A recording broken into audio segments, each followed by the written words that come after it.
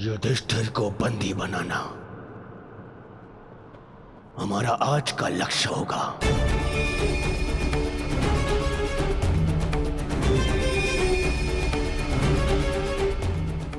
युधिष्ठिर को बंदी बनाकर मुझे इस युद्ध को यही समाप्त करना है। मेरे आज भाई वीर गति को प्राप्त हुए हैं अब तक।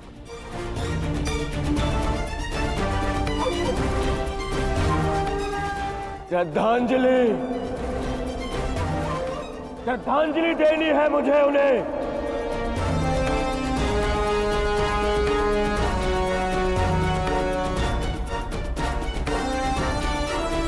बहुत पीड़ा भरी मृत्यु दी है उस भीम ने मेरे भाइयों को।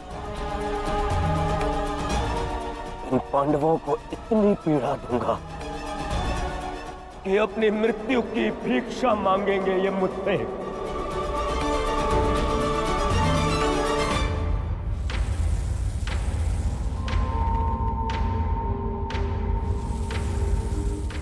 मित्रगण, वचन दो मुझे, आज चाहे जो भी तुम्हारे मार्ग में आ जाए तुम उस पर दया नहीं दिखाओगे। आज चाहे जो कोई भी आ जाए तुम अपना सबसे तीव्र प्रहार उस पर करोगे। वचन दो मुझे मित्र। तुम्हारा आदेश मेरा वचन है मित्र। आज शत्रु कर्ण का एक भिन्न रूप देखेंगे।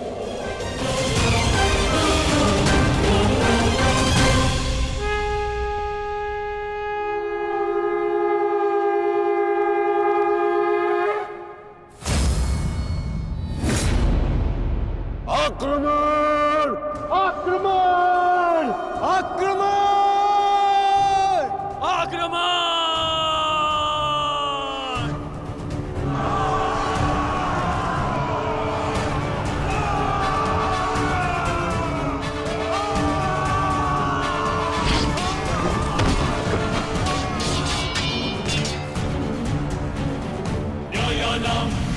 उनका अस्त्र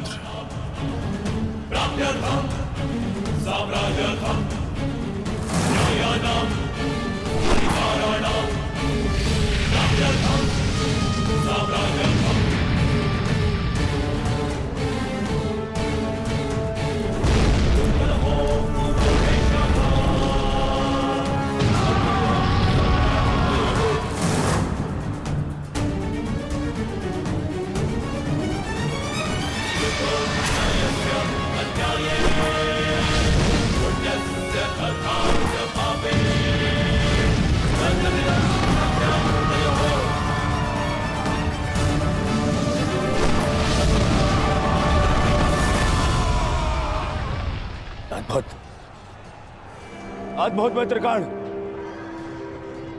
अद्भुत। अपना मार्ग ज्ञात है ना सभी को?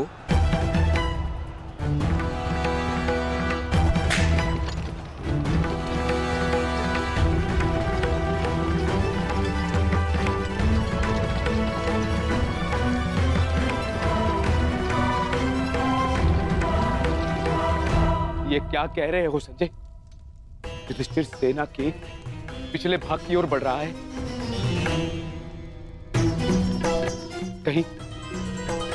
कहीं उसे हमारी रणनीति का भान तो नहीं हो गया?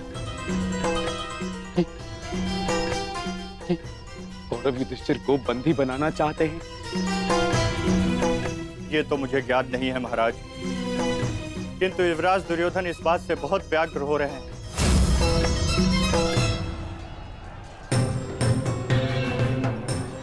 अवश्य इन पांडवों को हमारी रणनीति का ज्ञात है,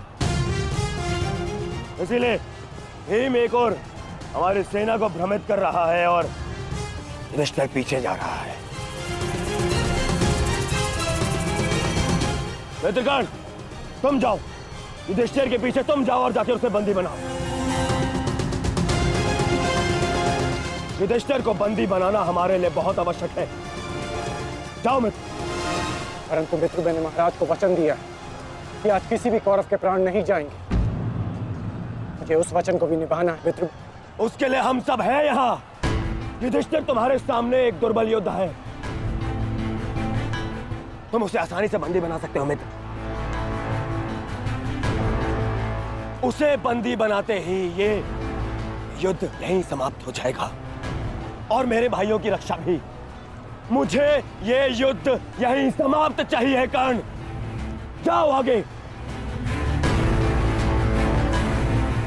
ठीक है मित्र, परंतु मेरी योजना स्मरण रखना। मुझे तुम्हारी योजना स्मरण रहेगी मित्र। आगे बढ़ो। तब से युधिष्ठिर के रथ की ओर तीव्र गति से आगे बढ़ो।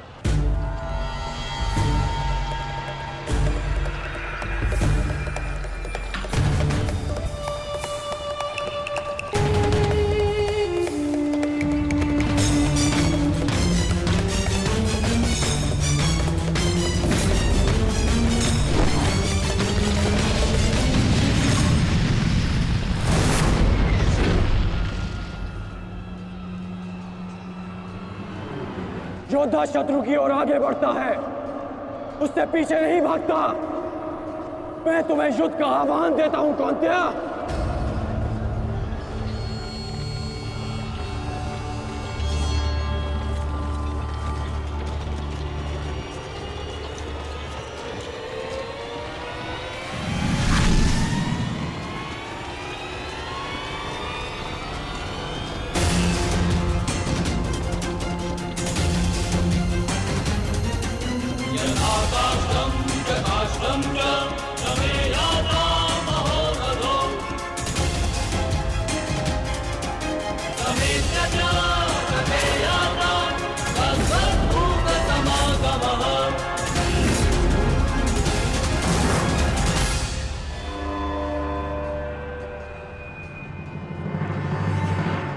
कौंतेय तुम्हारा आवाहन स्वीकार करता है।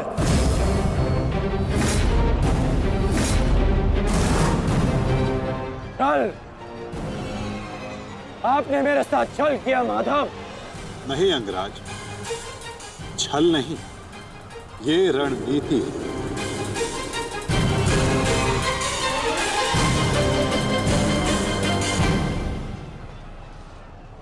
ये युधिष्ठिर का रथ है और इस पर युधिष्ठिर को विराजमान होना चाहिए था। वो तुम्हारी भूल है अंगराज, क्योंकि तुमने रथ को नहीं, रथी को युद्ध के लिए ललकारा है। और तुमने युधिष्ठिर को नहीं, कौंतेय को ललकारा है, युद्ध का आवाहन दिया और उसने तुम्हारे इस युद्ध के आवाहन को स्वीकार किया है। कर्ण, तुम सदैव मुझसे द्वंद्व करने का अवसर ढूंढते रहे हो कर्ण। समय आ गया है, अब दिखाओ कि तुम कितने समर्थवान और कुशल योद्धा हो। अपना आवाहन पूर्ण करो मुझसे और वहां भ्राता भीम अपनी प्रतिज्ञा पूर्ण करेंगे।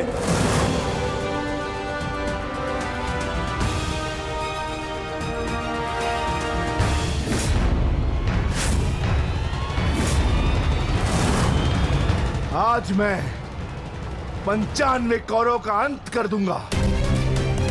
पांचाली को दिया हुआ वचन और कुरु सभा में ली हुई प्रतिज्ञा आज दोनों ही पूर्ण हो जाएंगे।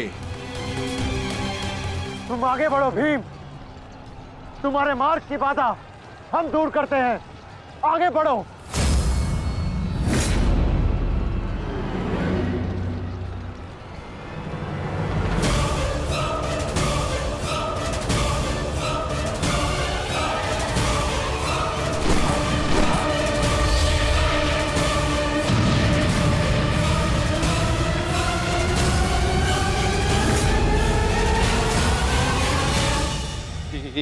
ये क्या कह रहे हो संजय?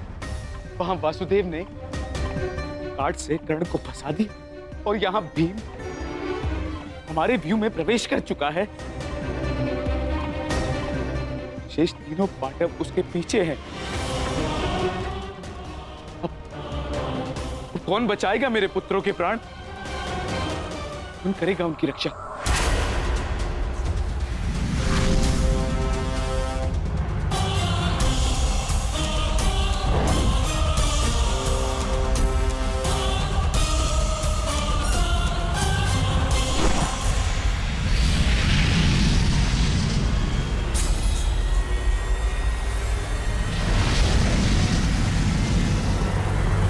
ये तो कर्म का संकेत है।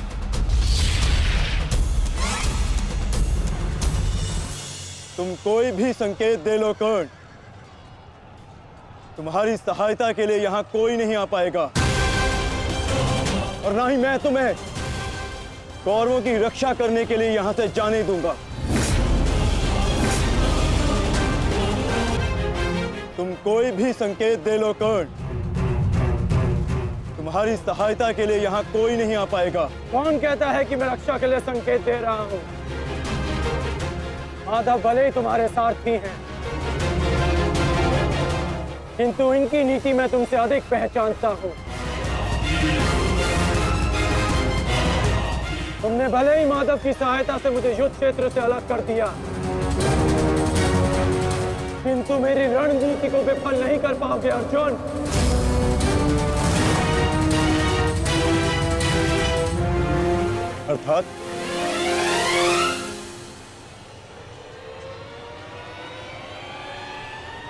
अर्थात मैं तुम्हारी रणनीति में नहीं, तुम मेरी रणनीति में फंसे हो अर्जुन। तुमने मुझे कौरवों से अलग नहीं किया, बल्कि मैंने तुम्हें पांडवों की सहायता से विमुख कर डाला।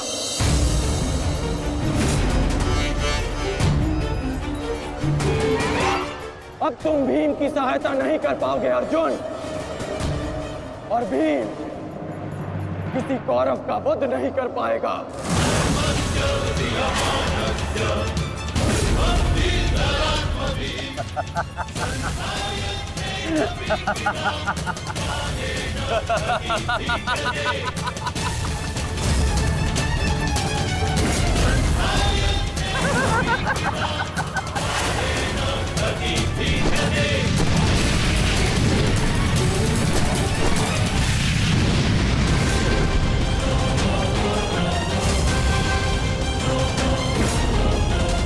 हमारा काल बनकर आए थे मूर्ख भीम, परंतु आज तुम स्वयं अपने काल के जाल में फंस गए।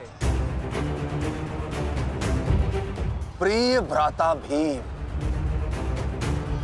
अकेले ही 100 कौरवों का वध करने की शपथ ली है ना तुमने? तो अब देखते हैं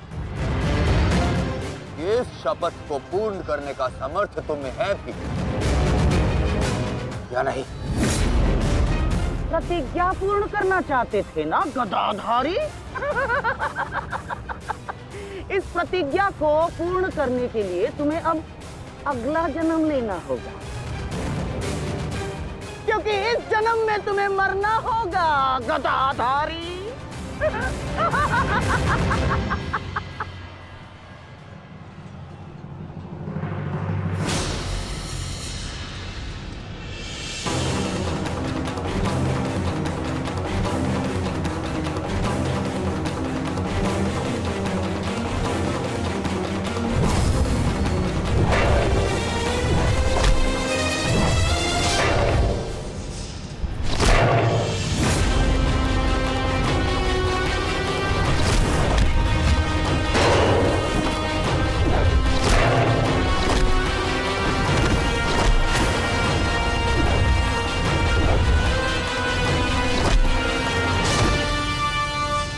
तुमने मेरे भाइयों को बहुत निर्दयता से मारा है भीम। आज मैं तुम्हारे लहू से उनका तर्पण करूंगा।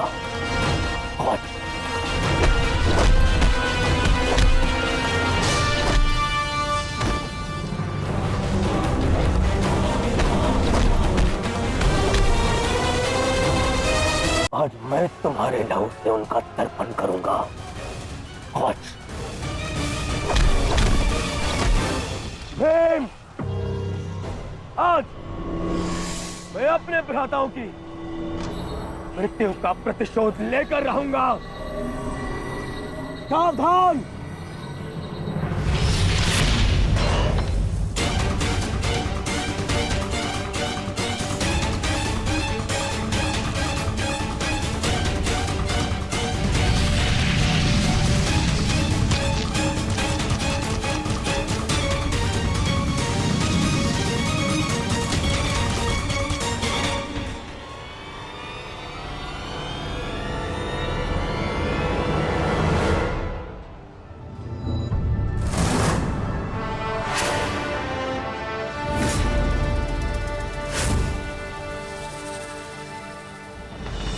आपका प्रतिशोध पूर्ण हो ना हो, परंतु मेरा प्रतिकार आज अवश्य पूर्ण होगा।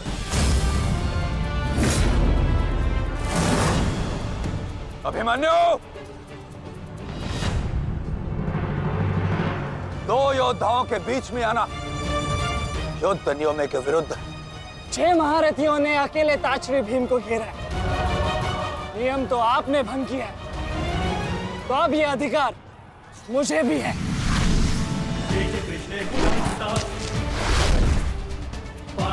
अभिमन्यु! चक्रबंधास्त्र।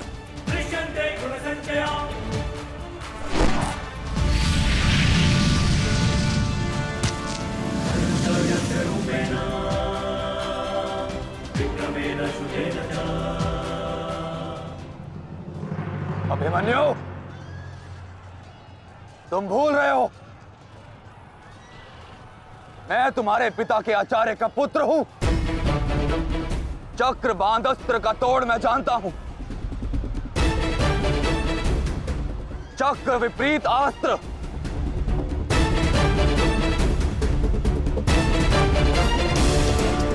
भूल तो आप रहे हैं महारथी। विपरीत अस्त्र तभी कार्य करता है जब युद्ध नीति गत हो। एक योद्धा पर आप सभी ने आक्रमण कर युद्ध नीति भंग की। अब अपनी इस अनीति का दमन देखिए। बालक! बालक! मेरी शत्रुता तुमसे नहीं है। मेरे मार्ग से हट जाओ, अन्यथा अपने प्राणों से हाथ धो बैठोगे। धो तो आज मैं उस कलंक को दूंगा जो मेरे परिवार के माथे पर है, कि अपने कुलवधु के अपमान का प्रतिकार नहीं कर पाए।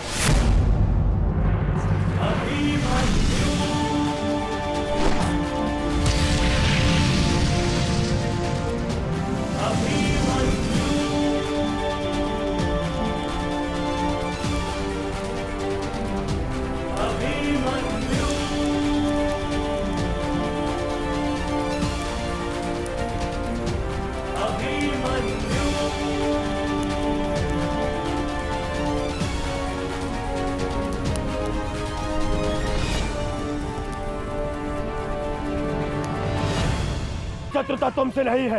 मेरे मार्ग से हट जाओ, अन्यथा अपने प्राणों से हाथ धो बैठोगे। धो तो आज मैं उस कलंक को दूंगा जो मेरे परिवार के माथे पर है, कि अपने कुलवधु के अपमान का प्रतिकार नहीं कर पाए।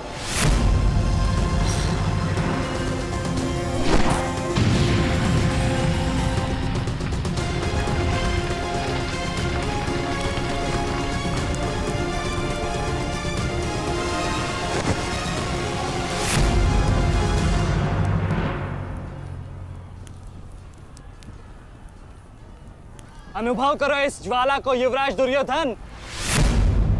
ये वही ज्वाला है जो इतनी वर्षों से मेरी माता के हृदय में धधक रही है।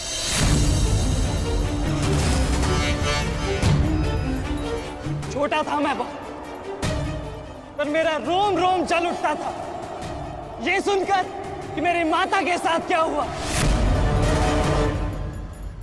सोचो, मेरे माता पिता और मेरे काकाओं पर क्या बीती होगी जब उन्होंने वह दृश्य देखा। मेरे माता पर क्या बीती होगी जब सहस्त्रों आंखें उनके वस्त्रहीन होते शरीर पर पड़ रही थी। आज मैं आपको उस अपमान का अनुभव कराऊंगा। आपकी पूरी सेना और महारथियों के समक्ष आपका वस्त्र हरण करूंगा और कोई कुछ नहीं कर पाएगा।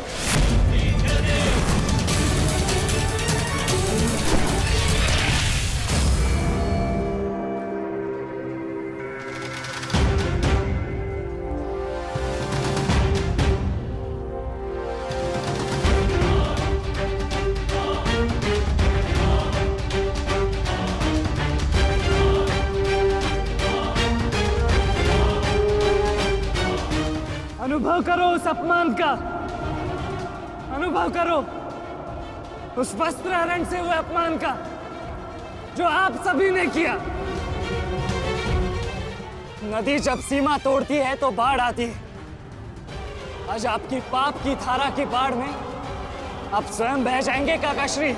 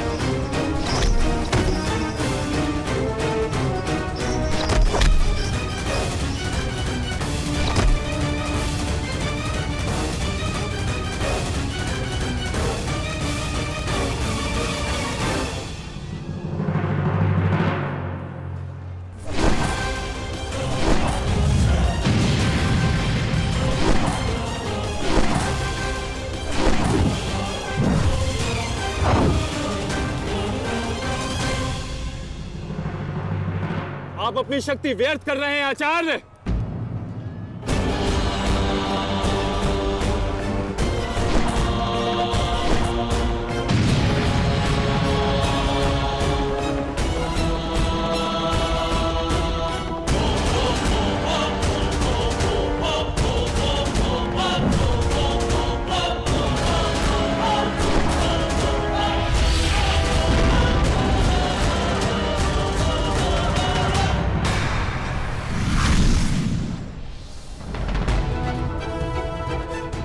दुर्योधन को मेरी सहायता की आवश्यकता है। चलो सत्यसेन।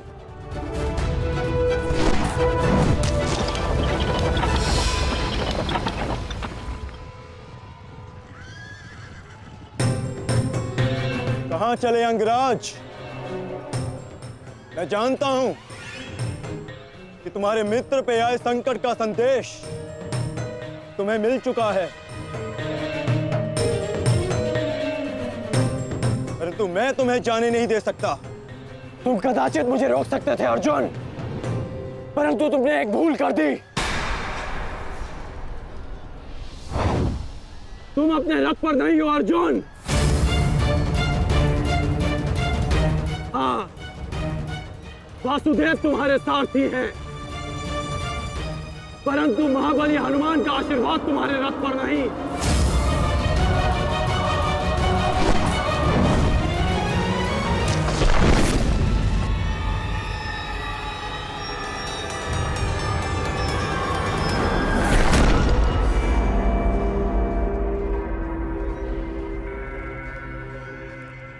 चलो। मैं अभी भी पराजित नहीं हुआ हूं कर्ण। तुम इस प्रकार द्रोण छोड़कर नहीं जा सकते।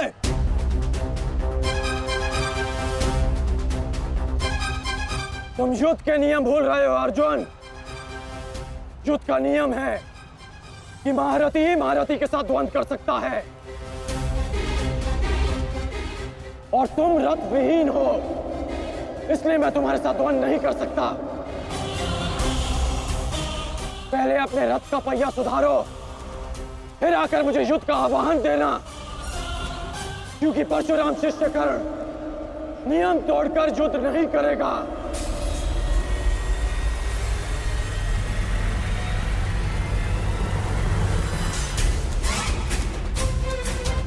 चलो सत्यसेन।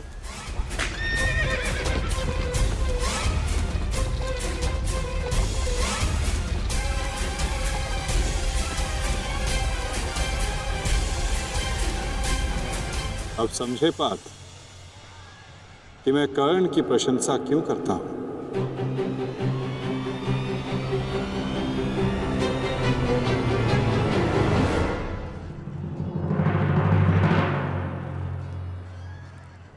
मानता हूं कि आपका वध करना काकाश्री की प्रतिज्ञा थी। उनकी प्रतिज्ञा को भंग करने का दंड मैं सह लूंगा, परंतु आज अपनी माता के अपमान का दंड मैं आपको अवश्य दूंगा।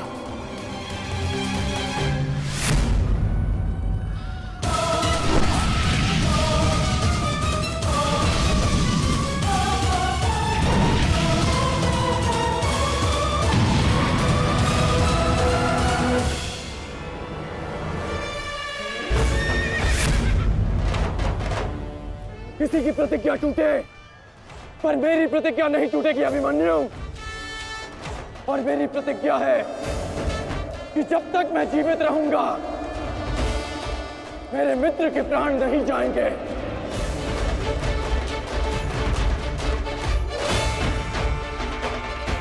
यदि जीवित रहना चाहते हो तो पीछे हट जाओ अभिमन्यु। आप भूल रहे हैं अंगराज कि मैं किसका पुत्र हूं। पीछे हटने के बारे में सोच भी नहीं सकता। तो प्रहार सहने के लिए तत्पर रहो।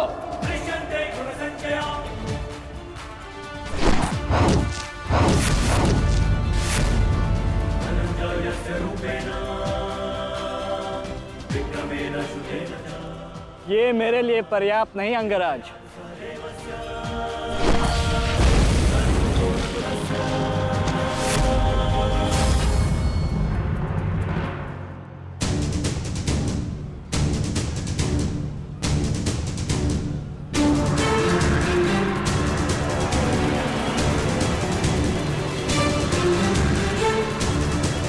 ना मेरे पास बाणों की कमी है और ना प्रहारों की।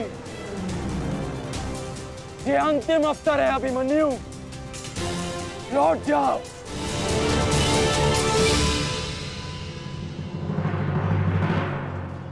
तो मेरे तुनीर में भी उत्तर प्रस्तुत है अंगराज।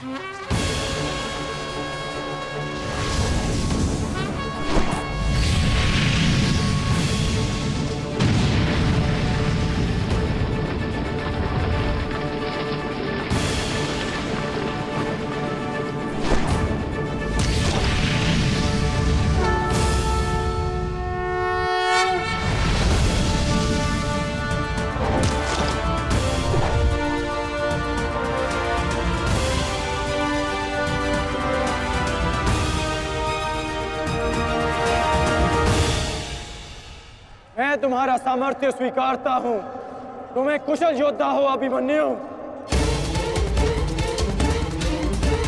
किंतु कुशल होने के साथ साथ बुद्धिमान होना भी आवश्यक है। लौट जाओ। यदि कल युद्ध करना चाहते हो तो आज जीवित रहना सीखना होगा। लौट जाओ अभिमन्यु।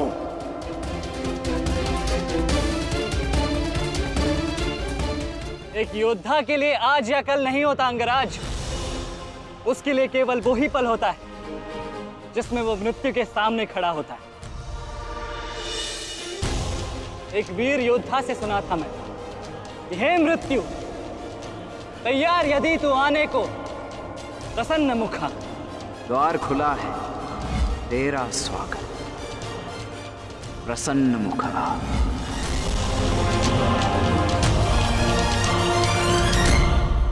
मुझे रोकने का अब केवल एक ही अस्त्र है आपके पास।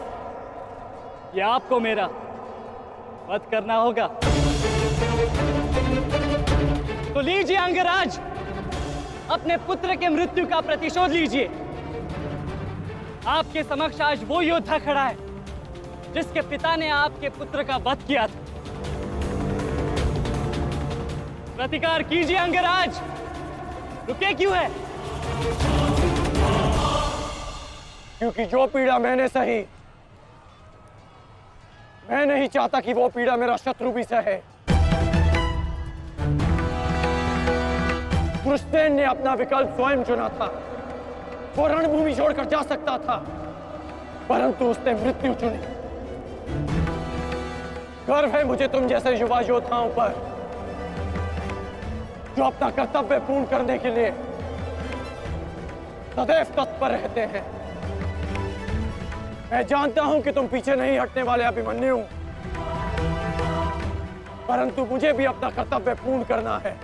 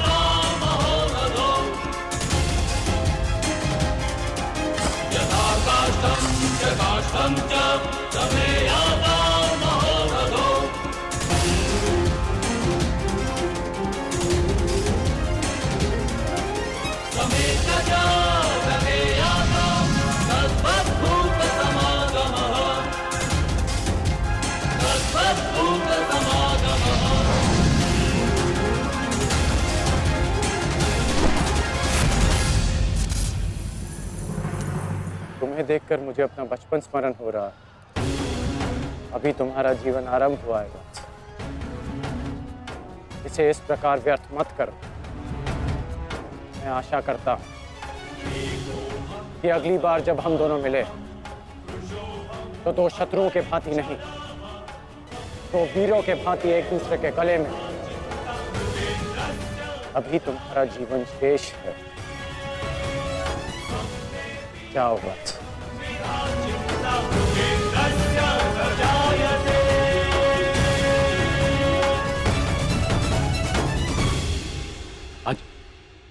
आज कौरवों की विजय हुई है गांधारी।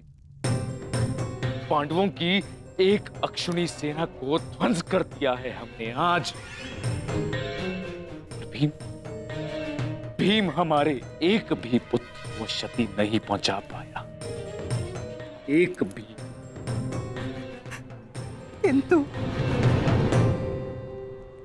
किंतु दुर्योधन का क्या महाराज?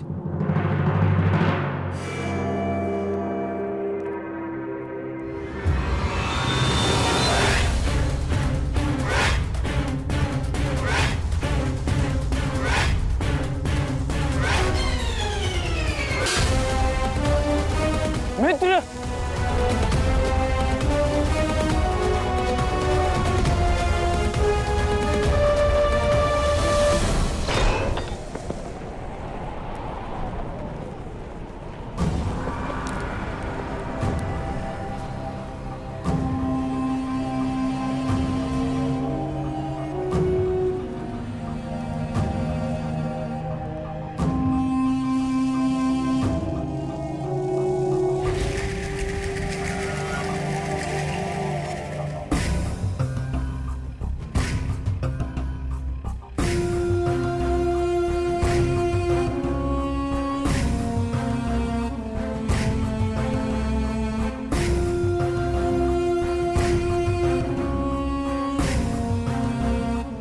आज मैं आपको उस अपमान का अनुभव कराऊंगा। आपकी पूरी सेना और महारथियों के समक्ष आपका वस्त्र हरण करूंगा। परंतु आज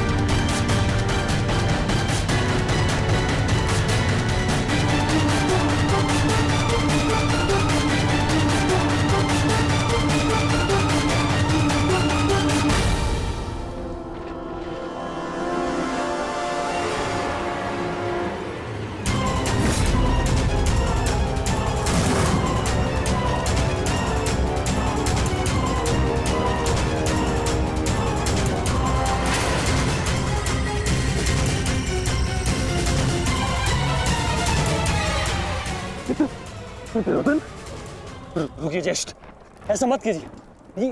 ये क्या कर रहे हैं आप? दुर्योधन, दुर्योधन, ये सब कुछ क्या है? आज के इस युद्ध में हमें विजय मिली है, फिर ये सब कुछ क्यों कर रहे हो तुम? ऐसी विजय जो अपमान की थाली में सजा कर मिले, ऐसी विजय से श्रेयस्कर है कि मृत्यु को पालूं। नहीं। मेरे जीवन में कभी मेरा इतना अपमान नहीं हुआ है। अब इस जीवन का और कोई मूल्य नहीं। मैंने ये युद्ध संपत्ति के लिए नहीं, अपने हट, अपने सम्मान के लिए बुलाई थी। अब जब सम्मान ही नहीं रहा तो इस विजय का मैं क्या करूंगा? मेरी सेना के सामने विश्व के महानतम योद्धाओं के रहते वो 16 वर्ष का बालक मेरे वस्त्र हरण कर गया और चेतावनी देकर गया है कि युद्ध में जब भी मिलेगा पुनः यही दोहराएगा। अब ये वस्त्र हरित दुर्योधन सम्राट बन भी गया। कैसे अपनी सेना से, अपनी प्रजा से आंख मिला पाऊंगा मैं? इस लज्जा के साथ मैं अब जीवित नहीं रह सकता।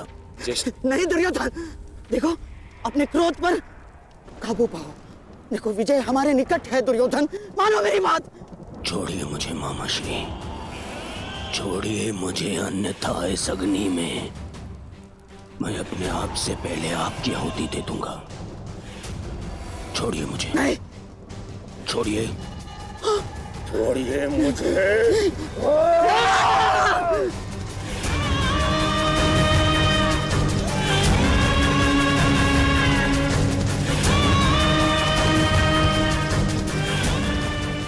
नहीं, नहीं दुर्योधन, देख क्या रहे हो मूर्खों? कोई रोको इस अनर्थ को।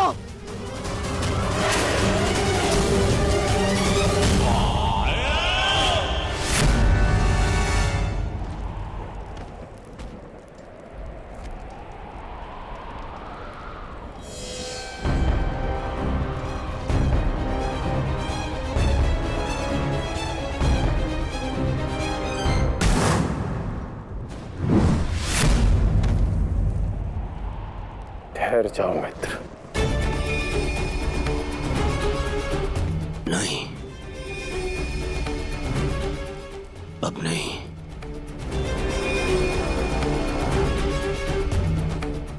क्रोध में विवेक मत खो बैठा। जो अपना सम्मान खो चुका हो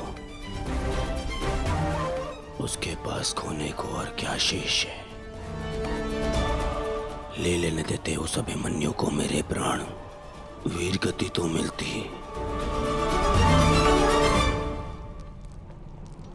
सारी सेना के सामने मेरा वस्त्र हरण कर गया वो बालक, जिन पांडवों का सर कटा हुआ देखना चाहता था, उन्हीं का बालक मेरा सर झुका गया। संसार के सारे योद्धा देखते रह गए और वो बालक मुझे अपने बाणों के चक्र में फंसा गया। मैं ये अपमान सहन नहीं कर सकता। क्या करूंगा जीवित रह गए जब संसार के सामने शीश उठाकर चल भी नहीं सकता मैं। इसीलिए अब मैं अग्नि स्नान करूंगा।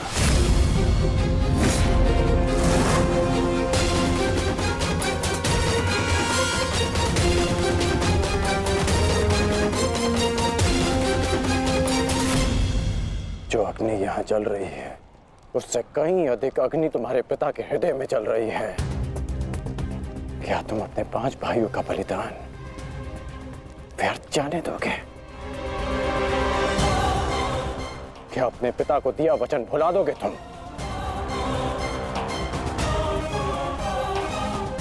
अपने चारों ओर देखो मित्र, क्या ये सब व्यर्थी अपने प्राणों के साथ खेल रहे हैं? जो वीर गति को प्राप्त हुए हैं, क्या उनका बलिदान व्यर्थ जाने दोगे तुम? तुम्हारे अनुज, तुम्हारे मामाश्री, तुम्हारे गुरुदेव, ये सब तुम्हारे सम्मान, तुम्हारे अधिकार के लिए लड़ रहे हैं, और तुम अपने कर्तव्य से मुंह मोड़ना चाहते हो। पूछो अपने सैनिकों से कि आज जो युद्ध में हुआ, कि क्या वो उससे लज्जित हैं, या वो कल युद्ध में उसका प्रतिशोध लेंगे? बोलो सैनिकों! प्रतिशोध लेंगे! प्रतिशोध लेंगे! प्रतिशोध लेंगे!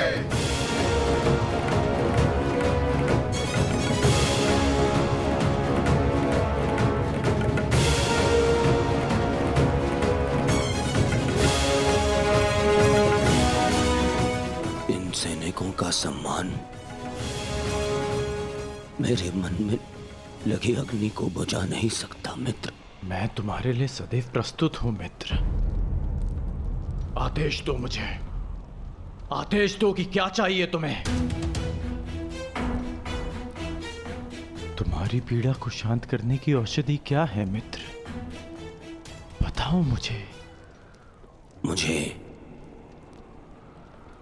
अपने इस अपमान का प्रतिशोध चाहिए। जिसने मेरा मान हरण किया, उसके प्राण हरण करने हैं मुझे।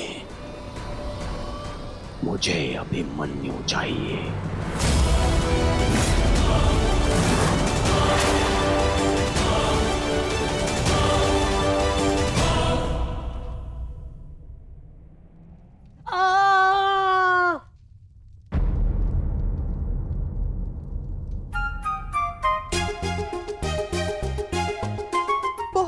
पीड़ा हो रही है ना इन्हें? पीड़ा? अभी तक मैंने इसके घाव को छुआ भी नहीं है। अभिमन्यु तुम्हें सताने के लिए उपक्रम कर रहा है उत्तरा। बहुत बुरे हैं आप। और तुम बहुत डरपोक। एक योद्धा की पत्नी के मन में इतना भय शोभा नहीं देता उत्तरा। ये घाव हमारे लिए आभूषण होता है।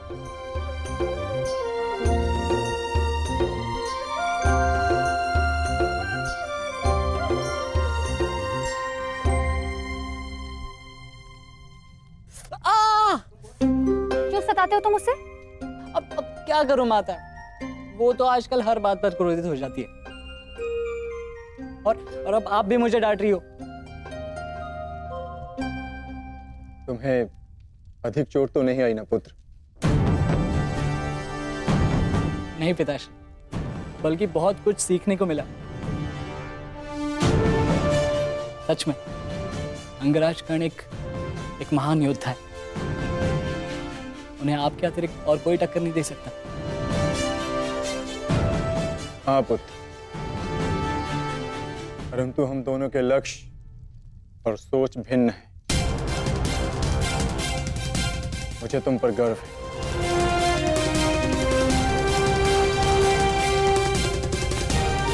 गर्व तो होना ही चाहिए। आज अभिमन्यु ने दुर्योधन को उचित उत्तर दिया।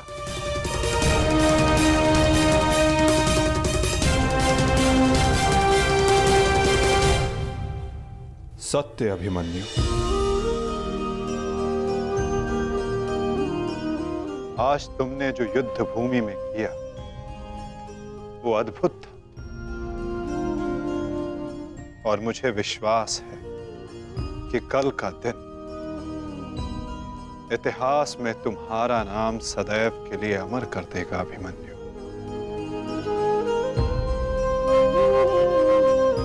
इतिहास से पूर्व मेरे पुत्र ने अपनी छवि मेरे मन में अमर कर दी है। 14 वर्षों के पश्चात आज पहली बार मन को एक शीतलता पहुंची कि मेरे पुत्र ने मेरे साथ हुए अपमान और अत्याचार का भान उस दुर्योधन को करवाया। मेरी आत्मा को जैसे एक वस्त्र का संबल मिल गया। इसके लिए मैं सदैव के लिए अभिमन्यु की ऋणी रहूं। जीवन तो पल पल में है सखी, जिस पल को जी लो वही जीवन होता है। आज तुम प्रसन्न हो, जी लो सखी, आज का दिन जी लो। कल का दिन तो अभिमन्यु के जीवन का अंतिम दिन होना चाहिए, और स्मरण रहे, सरल मृत्यु नहीं देनी है उसे। मृत्यु आने की पीड़ा का आभास कराना है, और जब तक वो भूमि पर रेंगता हुआ दया की भीख ना मांगे, मृत्यु नहीं आनी चाहिए उसे। वो मृत्यु मांगेगा और मैं हर पल उसे मृत्यु और जीवन के बीच में झुलाऊंगा, झुलाऊंगा मैं उसे। असंभव युवराज, जब तक युद्ध भूमि में पांडव उपस्थित हैं तब तक अभिमन्यु तक पहुंचना असंभव होगा। वैसे भी उन्हें ज्ञात होगा कि आज आपके साथ जो हुआ उसका प्रतिशोध आप अवश्य लेंगे।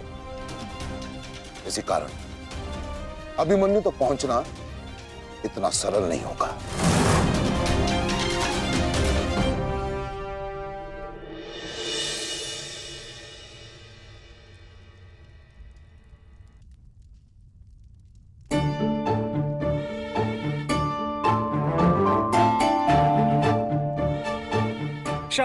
क्षमा कर दो, भूल हो गई बस।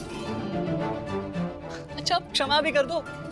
जिसने युवराज दुर्योधन का मस्तक झुका दिया, वो आज तुम्हारे समक्ष सर झुकाए मना रहा है तुम्हें। देखो, किसी ने मुझे इस प्रकार सर झुकाए देख लिया ना, तो मेरा बहुत उपहास उड़ाया जाएगा। पहले वचन दीजिए कि भविष्य में आप इस तरह मेरा उपहास नहीं बनाएंगे। आपको अनुमान भी है मैं कितनी भयभीत हो गई थी। अब इसमें भयभीत क्या होना उत्तरा? आप नहीं समझेंगे, मुझे आपसे बात ही नहीं करनी। तो ठीक है, मत बात करना, परंतु कल यदि लौटा नहीं ना तो पछताना नहीं कि... दोबारा ऐसे मत बोलना आर्य। भाई खो चुकी हूँ, पति नहीं खो सकती। क्षत्रिय हूँ, अपने अधिकार लेना जानती हूँ। आपको लौटना होगा, क्योंकि इस बार केवल मैं नहीं, आपकी होने वाली संतान भी आपकी प्रतीक्षा करेगी।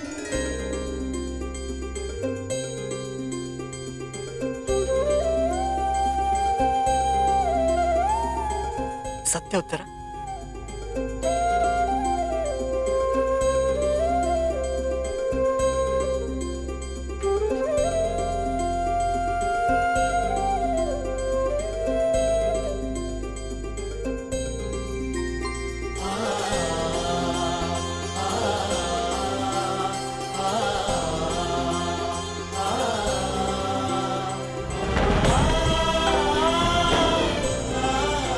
मैं तुम्हें वचन देता हूं उत्तरा, तुम और हमारी संतान सदा मुझ पर गर्वित रहेंगे। जानती हूँ आपकी संतान बहुत भाग्यशाली है, उसे अपने पिता की शौर्य गाथा सुनने को मिलेगी। गाथाएं विजय के साथ होती है उत्तरा, और विजय अभी शेष है। युद्ध शेष रहे या न रहे, उस अभिमन्यु के प्राण शेष नहीं रहने चाहिए आचार्य। आप सेनापति तीरगत के वीर नरेश शर्मा, मध्य नरेश सैन्य, अश्वत्थाम अंगराज, इतने वीरों के होते हुए भी क्या एक बालक को बंदी बनाया नहीं जा सकता? तुम्हारे प्रतिशोध के लिए केवल कुशल योद्धाओं की नहीं, बल्कि एक उत्तम योजना की आवश्यकता है मेरे होने वाले सम्राट। हमारी सफलता एक उत्तम योजना में छिपी है।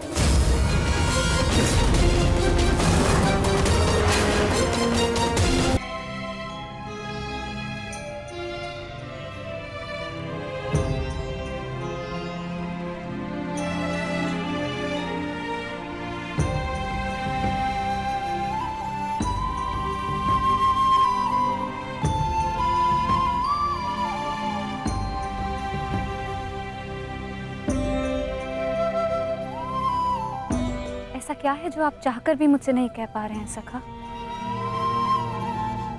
ये रात का अंधकार भी आपके मुख पर आए हुए भाव मुझसे नहीं छुपा सकता। रात्रि के बाद दिन आता है सखी, उसी प्रकार जीवन के पश्चात मृत्यु आती है। सुख के बाद दुख आता है और यही सृष्टि का नियम है। हमें अपने जीवन में सबके लिए तत्पर रहना चाहिए सखी।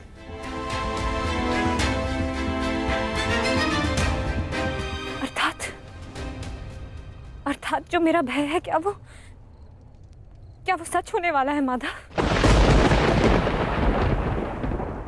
क्या कल पांडवों के साथ कुछ अनिष्ट होने वाला है?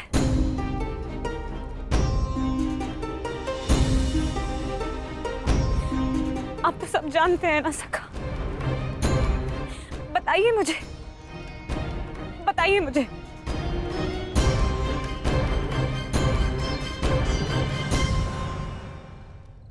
कभी कभी भविष्य का ज्ञान होना भी दुख का कारण बन सकता है सखी।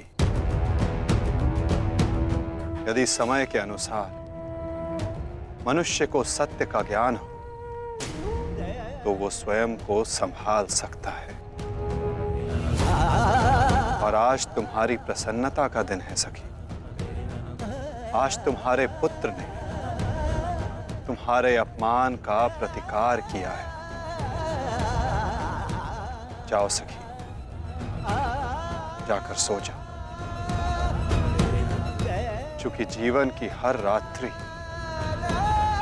सदैव सोने के लिए नहीं होती।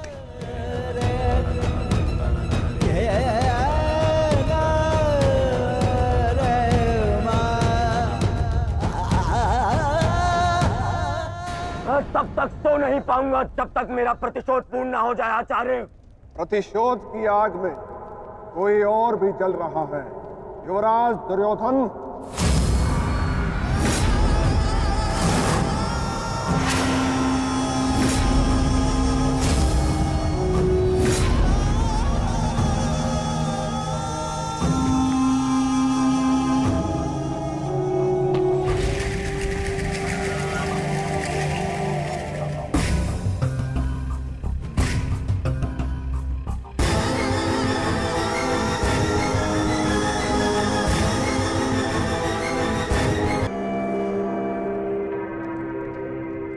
माता श्री सिंधु नरेश जयद्रथ। भूल को क्षमा किया जा सकता है, अपराध को नहीं। इस सम्मान के पश्चात विचलित बचा तो ऐसा भयंकर प्रतिशोध होगा कि तुम पांचों की आत्मा कांप उठेगी। प्रतिशोध दूंगा। कल तुम्हारे साथ साथ मेरा प्रतिशोध भी पूर्ण होगा और मैं सम्मान सहित तुम्हारी बहन दुशला को अपना मुख दिखा सकूंगा।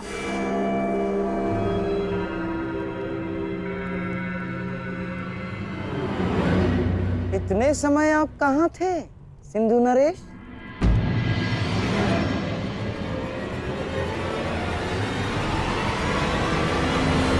अपने अपमान के प्रतिशोध का प्रबंध कर रहा था।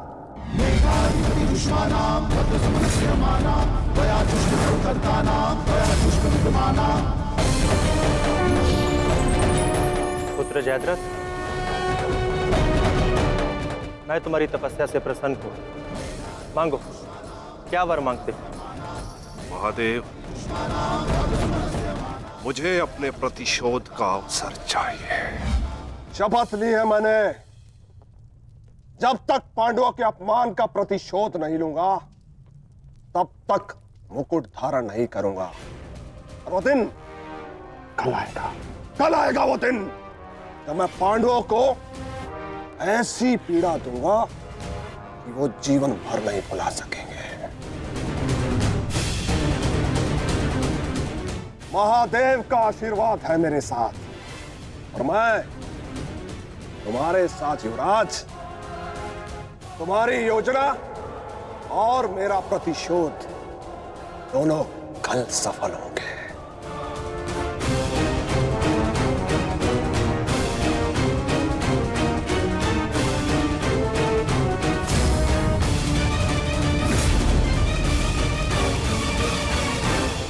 हर हर महादेव, हर हर महादेव।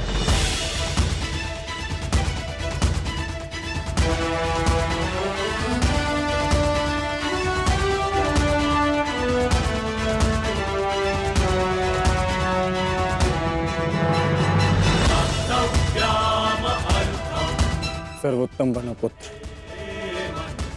संसार के सभी योद्धाओं में तुम्हें सबसे अधिक कीर्ति प्राप्त हो।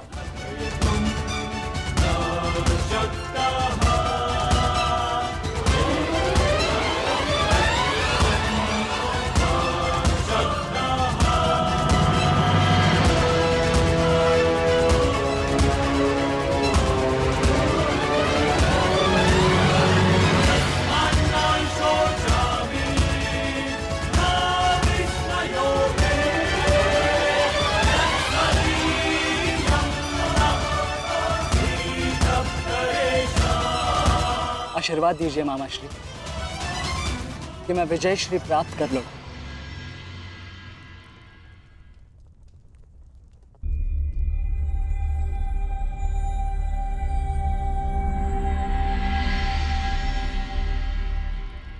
विजय तो कायरों को भी प्राप्त होती है पुत्र, परंतु कीर्ति और यश केवल शूरवीरों का मुकुट बनती है। मेरा आशीर्वाद तुम्हारे साथ है पुत्र।